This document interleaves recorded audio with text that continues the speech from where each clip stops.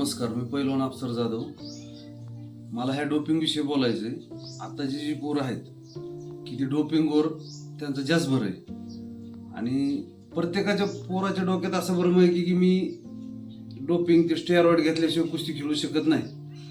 मला महत्त्वाचं सांगायचं आहे काय ह्या विषयावर की मी एकही दिवस मॅटवर न सराव करता म्या महाराष्ट्राला नंबर काढला, 10-11 राऊंड काढले. एकही दिवस न सराव करता फक्त कुस्ती मेहनतीच्या जीवावर. तुम्हाला तसं काय वाटलं हे माझे फोटो बघा.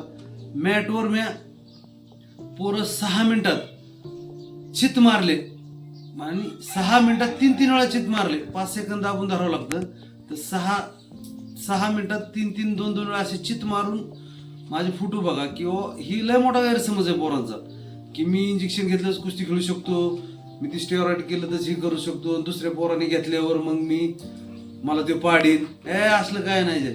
तुम्ही कुस्ती मेहनत सातत्याने करा आणि तुम्हाला लाल माती कधीच कमी पडून देणार नाही. ही माझा अनुभव आहे. फक्त कुस्ती मेहनती जरा. मला कोच नव्हता, मला कोण सांगायला नव्हतं मार्गदर्शन, कास्टम सुद्धा नव्हतं, मला बूट सुद्धा नव्हता एक टायमाला. पण तरी सुद्धा म्या असे ताणून 6 मिनिटात पोरं नॅशनल इंटरनॅशनल झालेले बाहेर गेलेले पोरं 2-2, 3-3 मिनिटात मारलेले. कशामुळे मारले? फक्त आपल्या कुस्ती मेहनतीमुळे. तुम्ही कुस्ती मेहनत करत राहा ही माझी इच्छा आहे तुम्हाला. आणि तुम्ही स्टेरॉइडच्या नादी लागू नका, आता तुम्ही संपता आणि तुमच्यामुळं तुमचे घरचे लोक बी संपून जातात आणि हळूहळू ह्या पैलवानकी विषयीची माणसाची आपुलकी कमी होऊन जाईल. माणसाचा असा गैरसमज होईल त्याला पोरगा कामाला लावा पण तालमीत पाठवू नये. फक्त कशामुळं? की तुमच्यामुळं स्टेरॉइड घेतल्यामुळं. पैलवानकीला पहिली लई इज्जत होती. पहिली माणसं म्हणायची किंवा पोरगा तालमीत आहे पोरगी द्या. आता असा गैरसमज होईल किंवा पोरगा तालमीत आहे त्याला पोरगी देऊ नका, कामगाराला द्या पण पैलवानाला देऊ नका, असा मोठा गैरसमज होईल. त्याच्यामुळं तुम्ही स्टेरॉइड घेऊ नका. आणि मी सांगतो तेवढं ऐका तुम्ही. आम्ही जी केलंय तुम्ही ती करा. डोक्यातला भ्रम काढून टाका. आणि आत्ताच आपण बघतोय किंवा महान भारत केसरी कोणतरी पैलवान होता, त्याचं नाव माझ्या लक्षात नाही, ते स्टेरॉइडमुळं अशा अनेक पैलवान आहेत. ती कपिल सलगर होता, हे होता, हे सागर मोळकर एक पैलवान आहे जामखेडचा, तो बघा स्टेरॉइडमुळं किती व्हायबल झालाय. अशा अनेक काय पैलवान आहेत. मी त्यांचे नाव सांगत नाही. का सांगत नाही? किंवा नाव सांगितल्यावर एखाद्याची खच्चीकरण होत असते. पण तुम्ही लक्षात घ्या, स्टेरॉइडमुळं समजा पोरांना अनुभव आहे की काय होतंय काय नाही. स्टेरॉइड म्हणजे काय 5 मिनिटाची ताकद आहे आणि तुम्ही नॅशनल ताकद नाही ती. तुम्ही जर कुस्ती सातत्याने करत राहिला तर तुम्हाला काहीच कमी पडायचं नाही. नरसिंग यादव पैलवान ऑलिम्पिकला त्यांची निवड झाली, ती काय स्टेरॉइड घेत होते का? बिगर घेतच गेले ना. हे राहुल आवरे झालं, उत्कर्ष काळे झाले, ही बिगर स्टेरॉइडचेच पैलवान तयार झालेत ना. तुम्ही का होऊ शकत नाही?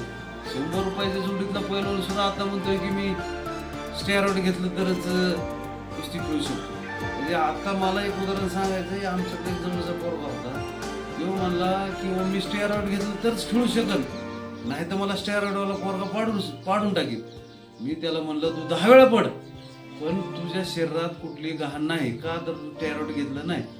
तू 10 वेळा पड, तू 11 वेळा त्याला पाडची. स्टेरॉइड किती दिवस टिकणार आहे? तुझी जी कुस्ती मेहनत आहे ती ओरिजिनल आहे.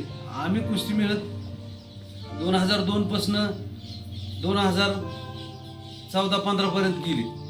अजून आमच्या अंगात रग आहे. चांगल्या 5,000 रुपये 10,000 रुपयाच्या जोडीतल्या पोरासंग खट कुस्ती करू शकतो मी आता.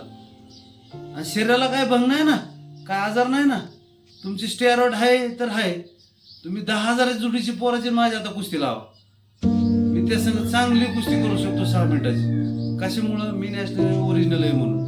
तुम्ही इंजेक्शन घेतलं तरच खेळू शकताय ही तुमच्या डोक्याची भ्रम झालाय.